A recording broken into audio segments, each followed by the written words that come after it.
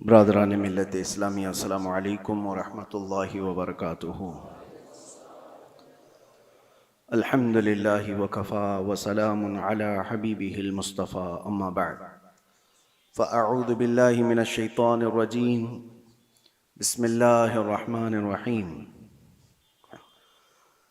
वलन तरदा अन्कल यहूद वलन नसारा हत्ता तत्तबिअ मिल्लतहुम इला आखिरि हाज़िहिल आया। सदक़ल्लाहु मौलानल अज़ीम। बारगाह रिसालत मुआद सल्लल्लाहु अलैहि वसल्लम में दुरूद पाक का हदिया पेश करें। अल्लाहुम्मा सल्लि अला सय्यिदिना व मौलाना मुहम्मद मअदनिल जूदि वल करम व आलिहि व अस्हाबिहिल किराम व इब्निहिल करीम व बारिक व सल्लिम स्वलातन दाइमतन सरमदन अबदा। कुरान अज़ीम में अल्लाह ताला यूँ इरशाद फरमाता है, यहूद और नसारा तुमसे हरगिज़ राज़ी नहीं होंगे। और कुरान ने जो कहा है वो हक़ है। यहूदी और ईसाई तुमसे कभी भी राज़ी नहीं हो सकते, हत्ता तत्तबिअ मिल्लतहुम, जब तक कि तुम उनके दीन में दाखिल ना हो जाओ। कुछ लोग दूसरों की रज़ा के लिए, दूसरों की खुशी हासिल करने के लिए अपने आप को बदल लेते हैं। लेकिन आप क्या समझते हो कि तुम्हारी जी हुजूरी करने से कोई कौम राज़ी हो जाएगी? कुरान कहता है वो राज़ी नहीं होंगे। आज के इन हालात पर मैं आपसे एक बात कहना चाहता हूँ। अल्लाह तबारक व तआला ने कुरान अज़ीम में जो फरमाया वो हमारे लिए बहुत बेहतरीन गाइडलाइंस हैं। उसको सामने रख कर के ही अपनी ज़िंदगी के फ़ैसले लेने चाहिए। हालात जो पूरी दुनिया के चल रहे हैं, मुसलसल आप देखते होंगे, वक्त की सुपर पावर कहलाने वाला अमेरिका किस तरह बार बार धोखा देता है वो सबको पता है। सुबह एक स्टेटमेंट है, शाम में एक स्टेटमेंट है, जो बोला उस पर कोई कायम नहीं। और उनको बोलने वाली भी दुनिया खामोश है, क्योंकि बड़े लोग जुर्म करते हैं तो लगता है ये फैशन है, और छोटा आदमी थोड़ा सा फिसल भी जाए तो बहुत बड़ा गुनाह लगता है। बड़ी ताकतें जो कुछ करती हैं, दुनिया उसको फैशन समझती है। वो अगर नंगे नाचे तो फैशन है, और अगर वो बगैर कपड़े के भी आए तो फैशन है। वजह यह है कि वो बड़े लोग हैं, पैसे वाले लोग हैं। हमारे एक साथी थे, वो कहते थे कि बड़े घर में, पीर साहब के घर में कोई पागल बच्चा भी पैदा हो तो उसको मजजूब कहते हैं। राल टपक रही हो, कुछ भी हो, क्योंकि बड़े घर का है। और छोटे घर का बच्चा थोड़ा इधर उधर फिसल भी जाए तो कहते हैं पागल हो गया है। तो ये दुनिया का मिजाज बना हुआ है। बड़ी ताकतों के असर पर लोग खामोश रहते हैं। आज आपके सामने मैं यही अर्ज करना चाहता हूं कि दुनिया की ताकतें अवाम पर बहुत असर करती हैं, बहुत ज्यादा असर करती हैं। आप ये सोचते होंगे जब इलेक्शन आते हैं, फैसले होते हैं, अरे उससे हमारा क्या लेना देना, हम राजनीति में नहीं हैं, हम पॉलिटिक्स में नहीं हैं, हम सियासत में नहीं हैं। आप ये समझ करके बैठते होंगे। लेकिन मेरे अजीजों, हमारी जिंदगी पर सबसे ज्यादा असर करने वाली कोई चीज है तो वो सियासत है, वो पॉलिटिक्स है। आप चाहो या ना चाहो, इस खेल का आप हिस्सा बनी जाओगे। कल को जो ताकत इलेक्टेड होकर बैठती है, अरे मियां वो हमारे जिंदगियों के रोजमर्रे के फैसले लिया करती है। आप समझ करके चलो। बहुत सारे लोग कहते हैं मौलाना को क्या जरूरत है सियासत पे बात करने की। मियां हम भी तो दुनिया का ये हिस्सा हैं, और हम भी तो जिस जगह जी रहे हैं वहां तो सियासत ही है। कल को फैसला कायम कर लिया जाएगा कि आपको सुबह इतने बजे उठना है, इतने बजे सोना है, पार्लियामेंट में फैसला हो चुका है, तो हमारी जिंदगी पर असर करेगा कि नहीं करेगा? जो कुछ भी है, आप ताजिर हैं, छोटे से बिजनेस करने वाले हैं। पार्लियामेंट में बैठ करके कोई भी बिल पास हो गया कि 1 लाख रुपए की आमदनी तुम्हारी हो रही है तो तुम्हें इतना टैक्स देना होगा, इतना फला देना होगा, तुम्हारे बिजनेस पर असर होगा कि नहीं होगा? तुम छोटे ही आदमी हो, लेकिन सियासत का असर पूरे कौम के ऊपर हमेशा हुआ करता है। आप हिस्सा नहीं हैं, आप इलेक्शन लड़ते भी नहीं हैं, वोट देते भी नहीं हैं, दूर रहते हैं। लेकिन मैं आपको बताता हूं, आपका बच्चा होगा, आप स्कूल भेजेंगे कि नहीं भेजेंगे? स्कूल की एजुकेशन पूरी कौन बनाता है? पार्लियामेंट बैठ करके बताती। एक एजुकेशन बोर्ड होगा पार्लियामेंट के जरिए से, और उस एजुकेशन बोर्ड यानी एजुकेशन मिनिस्टर भी तो होता है, उसके अंडर में पूरे मुल्क के अंदर क्या सिलेबस चलना चाहिए ये सब डिसाइड होगा। तो जो वो डिसाइड करेंगे वही आपके बच्चे को पढ़ाना पड़ेगा। तो सियासत का असर आया कि नहीं आया? आप हजार दूर भागते हो, लेकिन आपको कभी किसी से कोई भी मसला हो गया, कोई तकरार हो गई, चलें कुछ मसले ऐसे पेश आए, केस हो गया, कहाँ जाएंगे आप? अदालत में जाएंगे। आपको कोर्ट में जाना है। अदालत के पूरे जो आईन बने हुए हैं, कानून बने हैं, वो सियासत के असर में ही बने हुए हैं। आप इससे दूर नहीं जा सकते। मैं ये सारी तमहीद इसलिए अर्ज कर रहा हूं कि दुनिया में जो भी ताकत पर बैठता है उसका असर अवाम पर होता है। अब इस तमहीद को अगर समझ चुके हो तो आगे की बात सुनो गौर से, बहुत ध्यान से। किस लिए मैं कह रहा हूं? जब जब ताकत, बड़ी ताकत हुकूमत पर बैठती है तो अवाम की रोजमर्रा की जिंदगी पर तो असर होता ही है, लेकिन साथ ही साथ अकीदे पर भी असर हो जाता है, ईमान पर भी असर होता है। इसीलिए जब हुकूमत पर जब बड़ी ऐसी ताकतें आती हैं जिनका अकीदा बिल्कुल मुखालिफ हो तुम्हारे ईमान से, उसके बावजूद उसका असर देखने को मिलता है अवामुन नास पर। अब जो हालात उभर करके आ रहे हैं, देखना मेरी बात को आप याद रखें, मैं प्रिडिक्शन नहीं करता हूं, कोई भविष्यवाणी नहीं है, लेकिन दस्तूर ऐसा चला है। मैं आपसे कह रहा हूं, कल को अगर ईरान का दबदबा बढ़ता है तो फिर जो हालात पेश आने वाले हैं, मैं इसकी मुखालिफत में ये नहीं कह रहा हूं, वो नहीं होना चाहिए, ये नहीं होना चाहिए। हजारों लाखों वो लोग होंगे जो अपने अकीदे पर फिर से देखने पर मजबूर हो जाएंगे। अहले सुन्नत जमात के लिए एक बड़ा मसला भी होगा। ऐसे ही उससे 100 साल पहले जब सऊदी में वहाबी हुकूमत कायम हुई, पैसा, ताकत, सब कुछ उनके पास था, उलमा खरीदे गए, किताबें छपाई गईं, जन्नतुल बकी को बिल्डोजर से पूरा तहस नहस कर दिया गया, शिर्क के नाम पर बहुत सारी चीजों को खत्म किया गया। तो ताकत थी, हुकूमत आई, और एक दो नहीं, हजारों लाखों की तादाद में उनके अकीदे की बोली बोलने वाले लोग पैदा हो गए। सिर्फ अवाम नहीं, उलमा भी, बड़े बड़े मुफ्तियाने किराम जो मनसबदार हैं, वो सब दौलत के तहत में आ गए, ताकत के तहत आ गए। ये दुनिया का मामूल है, ये चलता रहेगा। कल को आप भी देखना, जब कोई पावर में आएगा तो उसकी तरफ बहुत सारी कौम हो जाएगी। वो बहुत रेयर लोग हैं जो अपने ईमान पर कायम रहते हैं, वो रसूलुल्लाह के दीवाने हैं। मेरे आका सल्लल्लाहु तआला अलैहि वसल्लम के सहाबा में उस वक्त आपको बिल्कुल इस बात का अपोजिट आपको दिखाई देगा। इसका अपोजिट, हुजूर ने जब ईमान की दावत दी तो सबसे पहले आपके पास आने वाले सहाबा गरीब थे, बहुत गरीब थे। और ऐसा नहीं कि हुजूर पाक सल्लल्लाहु तआला अलैहि वसल्लम का माल देख करके वो आए थे कि बड़ी ताकत के मालिक हैं, बड़े दौलत के मालिक हैं, इनके पास जाएं। नहीं, उस रसूल के पास वो आए थे जो पेट पर पत्थर बांधा करता। वो सहाबा उस रसूल के पास आए थे जो फाका कशी को ज्यादा तरजीह देता। रसूल करीम सल्लल्लाहु तआला अलैहि वसल्लम के साथ आ तो गए गरीब सहाबा, लेकिन उनके अपोजिट में कौन थे? अबू जहल बड़े पैसे वाला, अबू लहब बड़े पैसे वाला, सफवान बड़े पैसे वाला, इतने बड़े बड़े मालदार लोग वहां पर थे जो ये पूरे सहाबा की अकेले कफालत कर सकते थे, सारे सहाबा को वो अकेले पाल सकते थे। अब यहां पर मैं आपको बताता हूं, एक तरफ माल और पैसा और ताकत और कुव्वत है, और एक तरफ ये गरीब सहाबा की जमात है जो पीटी जा रही है, मारी जा रही है। सहाबा ने क्या किया?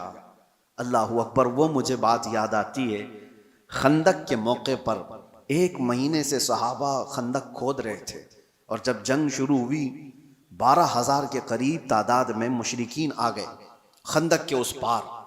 उनको पता नहीं था ये खंदक वाली जंग है। मुशरिकीन को ये सहाबा ने नया तरीका इख्तियार किया था मदीने की हिफाजत के लिए कि वो खंदक अबूर करके मदीने में ना आ जाएं। खैर, महीना गुजर गया था, खाने पीने की चीजें खत्म हो गई थी, फाके पर फाका चल रहा था। उस वक्त सामने वाली जो फौज थी वहां से तो रोज गोश्त भुनने की खुशबुएं आती, गरम रोटियां उधर पक रही थी। वहां तो पैसा था, माल था, खाने की इफरात थी। सहाबा इधर भूखे हैं, प्यासे हैं, लेकिन तारीख में आप खोल करके देखो, एक सहाबी ने भी रसूलुल्लाह के ये कहा हो कि चलो उधर खाने की लजीज चीजें हैं, जाकर खा करके तो आए, उस तरफ उन्होंने चेहरा तक नहीं किया। हुजूर पाक सल्लल्लाहु तआला अलैहि वसल्लम ने उनसे कहा, ऐ मेरे सहाबा, मुझे पता है वो गोश्त की खुशबुएं तुम्हारी भूख को और बढ़ा देती होंगी, तुम्हारा सब्र टूटता होगा, सब्र करो। सहाबा ने क्या कहा, या रसूल अल्लाह सल्लल्लाहु तआला अलैहि वसल्लम, हम रोटी और बोटी के लिए इस जंग में आए होते तो यहां नहीं होते, वहां होते। हम आए हैं सिर्फ चेहरे रसूल के लिए। हमारी भूख का इलाज है मुस्तफा का चेहरा, हमारी बीमारियों का इलाज है मुस्तफा का चेहरा। इस दीन से उन लोगों ने एक बाल बराबर भी बगावत नहीं की। लेकिन वो अवाम की बात है कि जब जब ताकत किसी ऐसे गुमराह के पास भी आ गई तो उसकी गुमराही की तारीफ करने वाली एक जमात पैदा हो जाएगी। हाँ, एक जमात पैदा हो जाएगी। अरे दूर तो छोड़ो, हमारे इस मुल्क में कुछ सालों पहले एक कॉन्फ्रेंस हुई थी दिल्ली में, आपको पता नहीं होगा। उसमें बड़े बड़े उलमा और बड़े बड़े सूफियों को जमा किया गया था। और कॉन्फ्रेंस कराने वाले कौन थे? कॉन्फ्रेंस कराने वाले मुल्क के प्राइम मिनिस्टर थे। मुसलमानों की, सूफियों की, खानकाहों की कॉन्फ्रेंस कराई गई थी। ठीक है, उलमा भी उसमें शरीक हैं, खानकाहों के गद्दी नशीन और गधे नशीन सब उसमें शामिल है। और शुरू हो रही है कॉन्फ्रेंस, तो मुझे हैरत होती है। कसीदा पढ़ने वाला कोई मौलवी कसीदा पढ़ता है बादशाह की शान में, खुदा करे कि तेरी उम्र को उम्र खिजर अता हो। ये दुआ दी जा रही है। मैं ये कहता हूं मेरे अजीजों, ये सारा मंजर एक तरफ, लेकिन जो मैं बात कह रहा हूं, ताकत और सियासत जब आ जाती है तो बहुत सारे लोगों के अकीदे पर भी असर पड़ता है। उस वक्त अपना अकीदा बचाना ये बहुत बड़ा चैलेंज होता है। आप क्या समझते हो, ये जो फिरके पैदा हुए दीन में, ये ताकत के असर से पैदा हुए हैं। जब सियासत पर, हुकूमत पर कोई गुमराह बैठ जाता है तो वो अपना अकीदा सब पर थोपने की कोशिश करता है। मुअतज़िला की जमात आई। मुअतज़िला एक फिरका है, वो कुरान को अल्लाह की मखलूक मानते थे कि कुरान फना हो जाएगा। बहुत सारे उनके अकीदे गुमराह थे। जब वो पावर पर आए, खलीफा बने या गवर्नर बने, तो उन्होंने अवाम को और उलमा को जबरदस्ती अपना अकीदा थोपा। और एक दौर ऐसा आया कि उलमा उनके हिसाब से फतवा देने लगे, उनकी तारीफें करने लगे कि ये हक जमात वाले लोग हैं। बादशाह आजम उनकी तारीफ में कसीदे पढ़े जाते थे। लेकिन मेरे अजीजों, पूरी पूरी कौम कभी गुमराह नहीं होती। हर जमाने में हक्कानी उलमा और रब्बानी उलमा मौजूद रहते हैं। मुअतज़िला की जमात पावर में थी, हुकूमत में थी, ताकत उनके पास थी, उलमा की जमात उनके पास थी। लेकिन उसी जमाने में हम देख रहे थे एक मर्द कलंदर हजरत सैयदना इमाम अहमद बिन हम्बल को, इमाम अहमद बिन हम्बल को बादशाह ने 100 कोड़े मारे थे पीठ पर, और उसके बाद दूसरा आया उसने मारा, फिर तीसरा आया उसने मारा। कोड़े किस तरह से मारे जाते थे, उनकी रीढ़ की हड्डी झुक गई थी। इमाम है जिनको 5 लाख हदीसें हुजूर की याद थी। वो आम आदमी नहीं थे। इमाम अहमद बिन हम्बल जिनको रसूलुल्लाह की 5 लाख हदीसें याद थी, सिर्फ इसलिए कि वो ताकत और हुकूमत के तहत रह करके उनकी बोली नहीं बोलना चाहते थे। इमाम अहमद बिन हंबल को एक बार कोड़े मारने के टाइम पे उनके दोनों हाथ यूं जंजीर पर बांधे जाते थे और लुंगी पहने हुए होते थे, तहबंद, नंगी पीठ पर जल्लाद कोड़े मारता था। और जब मारे जा रहे थे एक दिन ऐसा भी हुआ कि आपकी लुंगी, आपकी तहबंद नीचे उतरने लग गई, ढीली हो गई, आपकी आंखों में आंसू आ गए हैं कि क्या मैं बेसतर हो जाऊंगा। एक आलिम रब्बानी जो कोड़े खा रहा है शरीयत मुस्तफ़ा की हिफाजत के लिए, तहबंद नीचे गिरने लगी, आपको रोना आ गया, कोड़ों के जख्म से नहीं, दर्द से नहीं, तहबंद के नीचे होने से। अचानक देखा गया 2 हाथ गैब से आए और उनकी तहबंद को कस के बांध दी। और जो आपकी आंखों में आंसू थे, अचानक आप मुस्कुराने लगे। जल्लाद पूछता है कि हुआ क्या, तुम तो अभी रो रहे थे और अभी हंसने लग गए हो। उसने अपने हाथ छोड़ दिए। इमाम कहते हैं तू अपना काम जारी रख, तू अपना काम जारी रख, तुझे जो करने के लिए किया, करने के लिए कहा गया कर। इसलिए कि मैं जिसके लिए कोड़े खा रहा हूं वो हाथ मेरे पास आ चुके हैं। मेरे अजीजों, आज के बाद आपके साथ भी ये चीज आने वाली है, पावर और हुकूमत। इसलिए कि पिछले आप 10 साल पीछे जाएंगे तो एक जमात थी जो बार बार तबलीग कर करके तुमसे कहती थी मक्का में ऐसा है, मदीने में ऐसे है, आप क्यों यहां अलग करते हो। मक्का और मदीने में पावर, हुकूमत जिसके हाथ में है वो चाहते हैं कि पूरा का पूरा अपना अकीदा पूरी दुनिया पर थोपे। ऐसा नहीं होगा। पूरी दुनिया पर वही रंग गालिब आएगा जो मेरे मुस्तफा ने पैदा किया है। तुम्हारा रंग नहीं गालिब आएगा। तुम्हारी ताकत जब तक रहेगी, तुम्हारा पैसा जब तक रहेगा, भिखारी तुम्हारे मुरीद हो सकते हैं, ईमान वाले लोग नहीं हो सकते। जिनका पूरा ईमान ही दौलत है, जिनका पूरा जीने का मकसद ही दौलत है, उनके अकीदे से क्या सरोकार। वो कल को कुछ और होंगे, आज को कुछ और होंगे। ये आपके लिए मैं पहले से बता रहा हूं, आने वाले दौर में अगर कोई और बदअकीदगी फैलती है तो मेरे अजीजों आज से ही अपने गठरियां बांध लो। तेरी गठरी ताकी है और तूने नींद निकाली है। इसलिए सुन्नियों तुम्हारे लिए चैलेंज है, तुम्हारे लिए चैलेंज है। आपको पता है एक वक्त ऐसा भी आया था कि करामता एक फिरका आया जिसने हजरे अस्वद भी चुरा लिया था खाने काबा से, और वो लेके बहरीन चले गए थे हजरे अस्वद को। उनकी भी हुकूमत आई है मक्का और मदीने में। यजीद का दौर आया, उसकी भी हुकूमत आई है मक्का और मदीने में। मक्का और मदीने में हुकूमत का आ जाना यह हक होने की दलील नहीं होती। अल्लाह के नबी सल्लल्लाहु अलैहि वसल्लम ने यह फरमाया, हदीस है, बसा औकात अल्लाह ताला फासिक और फाजिर से भी अपने दीन का काम लेता है। उसके दीन का काम किसी फासिक और फाजिर से भी होता है। तो आपके लिए वो मेयार नहीं, मेयार रसूलुल्लाह की मोहब्बत है, मेयार हुजूर अकरम सल्लल्लाहु अलैहि वसल्लम की शरीयत है। अगर कभी कोई ऐसे ढकोसले लोग आए, जैसे यहां बादशाहों के दौर में भी ऐसी चीजें आई हैं, हिंदुस्तान पर जब मुसलमान बादशाह आए और कई बादशाहों ने दीन को अव्वल प्रायोरिटी रखा, और कुछ तो बेदीन थे, कुछ उनका लेना देना ही नहीं था, कुछ वो थे जो दीन बदलने पर तुले हुए थे। जैसे अकबर का नाम आता है, अकबर बादशाह के मुतालिक सुना होगा आपने, जलालुद्दीन अकबर उसको कहा जाता था। इसकी हुकूमत लंबे समय तक चलने वाली है, तकरीबन 48 साल तक शायद हुकूमत किया। और जब आदमी को नशा चढ़ जाता है हुकूमत का, यहाँ 5 साल में ही चढ़ने लगता है, वो तो 48 साल का था। और ये तो इलेक्शन से आने वाले हैं, उनके हाथ तो इलेक्शन भी नहीं था, तो नशा तो और ज्यादा होगा। एक दौर ऐसा आया कि उसके आसपास के चमचों ने कहा कि ये दीन इस्लाम पुराना हो गया, 1000 साल हो गए हैं, अब एक नया दीन होना चाहिए, आपके हिसाब से आप बनाओ। कहा तुम लोग बनाओ, सारे लोग मिल करके। तो वहां के फुजला खार जो थे वो सब तैयार हो गए, पैसे लेंगे और बनाएंगे। एक नया दीन बनाया गया। नया दीन क्या था? अजान की जगह सीप बजाई जाएगी, अजाने नहीं, सबको एक करना है, सारे लोग एक ही जगह पर इबादत करेंगे और मस्जिद भी होगी और मिंबर पर मंदिर भी होगी, वहां पर मूर्ति भी रखी जाएगी और मस्जिद में नमाज भी होगी। ये दीन इलाही इसका नाम रखा गया।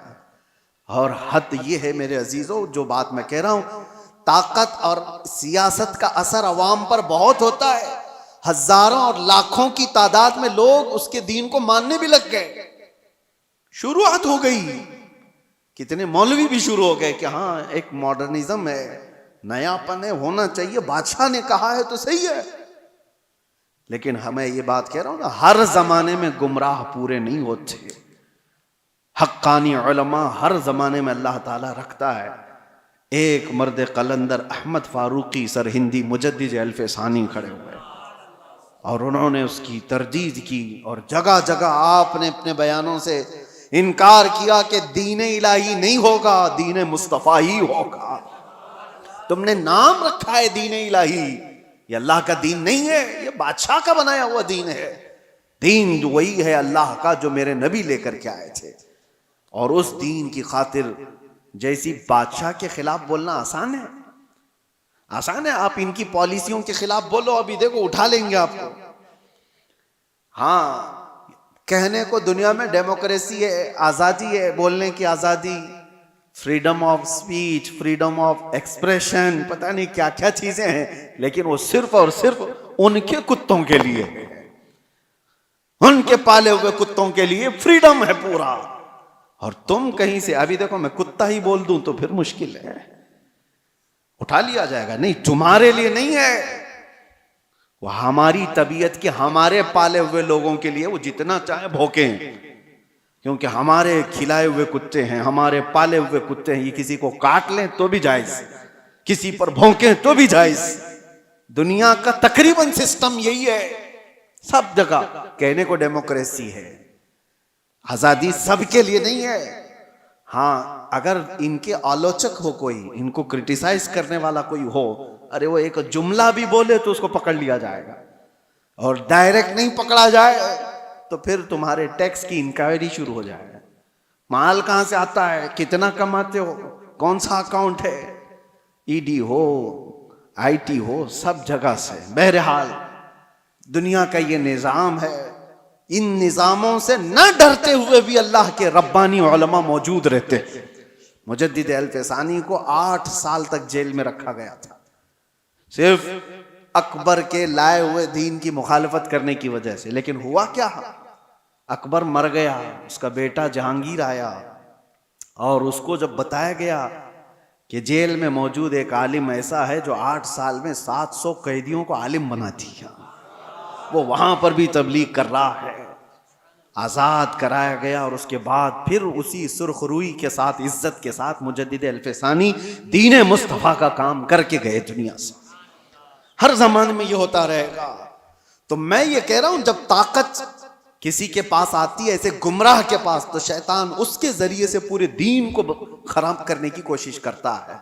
और ऐसा ईसाइयों के साथ भी हुआ, यहूदियों के साथ भी हुआ, क्योंकि ईसाई पहले जो थे, हक जो उलमा थे, यहूदी भी, अरे वो अल्लाह तबारक व तआला की किताब तौरात के मानने वाले थे, मूसा अलैहिस्सलाम की शरीयत के कायल थे। लेकिन जैसे ही किसी के पास पावर आया, शैतान उसके सर पर सवार हुआ और उसके जरिए से गुमराहियां शुरू की, तो यहूदी उसके पैरोकार उसके तरफ चले गए। ईसाइयों में भी ऐसे ही हुआ। 2 तरीके से शैतान गुमराह करता है, एक सियासत के जरिए से और दूसरे उलमा के जरिए से। और ये दोनों का कॉम्बिनेशन होता है। कैसे?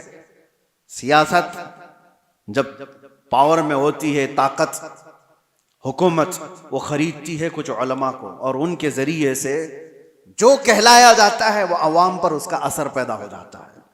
हत्ता कि मैं देख रहा था एक इंटरव्यू को, हैरत होती है, आपके पास बहुत सारी चीजें आती हैं, साइंस प्रूवन है, साइंस प्रूवन है। क्या है मतलब? कुछ खाने पीने की चीजें आपके पास आ रही हैं, ये खाओ, ये डाइट बहुत मतलब बहुत ही उम्दा है और साइंस प्रूवन है, साइंस ने इसका सब सर्च किया है और सारी चीजें इस पर सर्वे हुआ है और बड़े बड़े साइंटिस्ट ने इस पर मोहर लगाई है।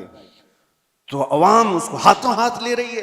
अरे साइंस प्रूवन है, ये साइंटिफिक एतबार से भी इस हेल्थ के बेनिफिट हैं। मैं देख रहा था कई साइंसदानों को तो हुकूमत खरीद कर रखी हुई है, बड़े बड़े पैसे वाले लोग इनको खरीद करके रखे हुए हैं। अरे चाहे कुछ भी कचरा हो, तुम कह दो कि मैंने रिसर्च किया है, मैंने सर्वे किया है 1.5 लाख लोगों पर और उसका असर ये आया है, और इसके बदले में तुम जितना पैसा ले लो। साइंसदान को पैसे दिए गए और उसने एक बात कह दी कि ये साइंस प्रूवन है, लाखों की तादाद में लोग हाथों हाथ खरीद रहे हैं। अरे बाजार पर भी असर है इनका। तुम्हें कचरा भी खिलाना हो तो कल को ये कह दिया जा सकता है साइंस प्रूवन है, क्योंकि जाहिल है कुछ भी। तो साइंसदानों के जरिए से अगर मार्केट पर काबू पाया जा सकता है तो उलमा के जरिए से क्यों नहीं पाया जाता, जिनकी आस्था लगी हुई है, ताल्लुक लगा हुआ है। तो मेरे अजीजों, आखिरी बात कहता हूं, मुझे ये बात उस वक्त पता चली जब मैं लोगों से राब्ते में नहीं था। आप समझ सकते होंगे, कुछ ऐसे उलमा के चेहरे सामने आए, अल्लाहू अकबर, जो माहाना तनख्वाह लेते हैं, माहाना तनख्वाह लेते हैं सिर्फ और सिर्फ बड़ी ताकत के हिसाब से लिखने पर और बोलने पर और कौम की मुखबिरी करने पर। नामवर लोग हैं, पढ़े लिखे लोग हैं, तनख्वाह मिलती है, बड़े बड़े ताकतों से पैसे लेते हैं, और सामने हमारे चेहरे आए, जमीन के नीचे, पैरों के नीचे से जमीन खसक जाए कि ये तो इतने अच्छे चेहरे दिखे जाते हैं। हाँ, इसीलिए मेरे अजीजों कि इनके कलम से, इनकी जुबान से लोगों पर वही चीज डाली जाए जो हुकूमत चाहती है।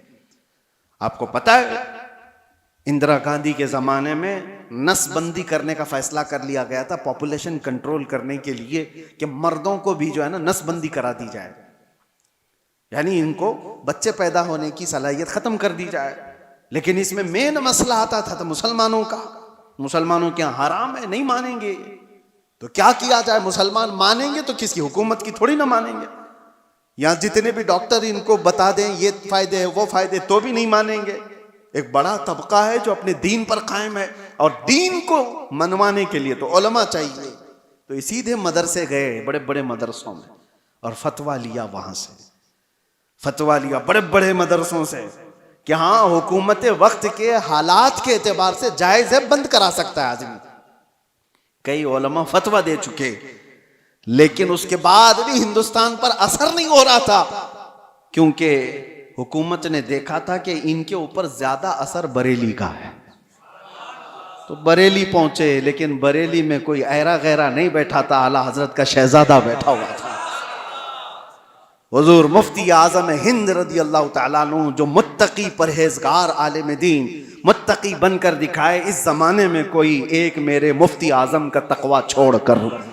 मेरे अजीजों, उनके पास जब ये सवाल गया तो आपने जो जवाब दिया वो मौजूद है। एक बार नहीं कहा उन्होंने, पूरे दलाइल के साथ लिखकर नीचे लिखा, नसबंदी हराम है, हराम है, हराम है, और जो मेरे मुस्तफ़ा ने हराम किया वो क़यामत तक हराम है। अब ये निकला, हुकूमत को पता चला कि एक मौलवी से पूरा मसला खराब हो सकता है, क्या किया जाए? छपने से बंद कर दिया जाए। लेकिन जो चीज अल्लाह पहुंचाना चाहता है वो किसी के बंद करने से कभी नहीं रुकता, कभी नहीं रुकता।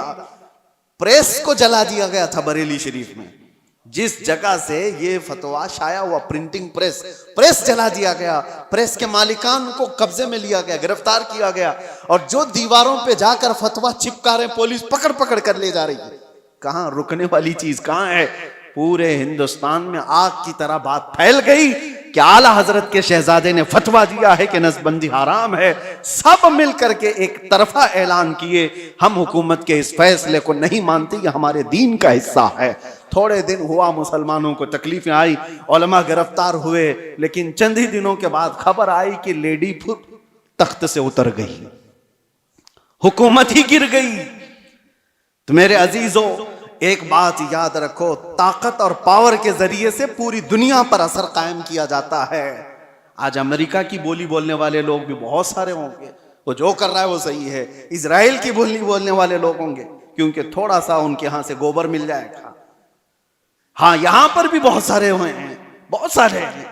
ये जो कर रहे हैं, मस्जिदें तोड़े, खानकाहें तोड़े, माबदें तोड़े, इससे कोई बात नहीं। अरे लेकिन हैं तो अच्छे लोग हैं, उनकी जमात के भी कुछ हैं, टोपी भी पहनेंगे, दाढ़ी भी पहनेंगे। इनका वो ईमान है जो माल है। इसीलिए शेख मोहिउद्दीन इब्न अरबी की वो बात मुझे याद आती है। आप कुर्सी पर बैठे हुए थे, कुछ लोग आए मिलने के लिए, आपके सामने बैठे थे। आपने बयान करते करते अचानक कहा, तुम्हारा खुदा मेरे पैरों के नीचे रहता है। लोगों से इतना कहा तो लोग भड़क गए। इतने बड़े आलिम दीन, इतने बड़े सूफी, और कुफ्र का फतवा लगाकर निकल गए कि ये तो काफिर हो गया। दो लोग बैठे रह गए। उन्होंने पूछा, हुजूर आपके ऊपर कोई चीज आ गई, आपने ऐसा जुमला क्यों कहा, खुदा पैरों के नीचे रहता है, ये तो बहुत बड़ा गिरा हुआ जुमला। आपने कहा, सबर, वो भी मुझे पूछ सकते थे लेकिन वो इसलिए आए ही नहीं थे। मैं जानता हूं उन लोगों को, मैंने क्यों कहा वो बताता हूं। उसके बाद आपने अपने पैरों के नीचे से चटाई उठाई तो देखा सोने के चांदी के सिक्के पड़े हुए थे। कहा, यही उनका खुदा है, वो इसकी इबादत करते हैं। मैंने ये नहीं कहा कि मेरा खुदा पैरों के नीचे है, मैंने कहा तुम्हारा खुदा मेरे पैरों के नीचे। ऐसी जमात हर जमाने में होगी जिनका खुदा माल है, जिनका खुदा पैसा है। कुरान में भी अल्लाह ने फरमाया, अराअयत मन इत्तखज़ इलाहहु हवा, ऐ रसूल क्या आपने नहीं देखा कुछ वो लोग हैं जिन्होंने अपने ख्वाहिशात को अपना खुदा बनाया हुआ है। अल्लाह ताला फरमाता है, क्या आप ऐसे लोगों की वकालत करेंगे, क्या आप ऐसे लोगों की सिफारिश करेंगे। ये वो लोग हैं, अल्लाह फरमाता है, इनहुम इल्ला कल अनआम बल हुम अदल, ये तो जानवरों से भी ज्यादा गुमराह लोग हैं। अल्लाह फरमाता है जानवरों से भी ज्यादा गुमराह हैं।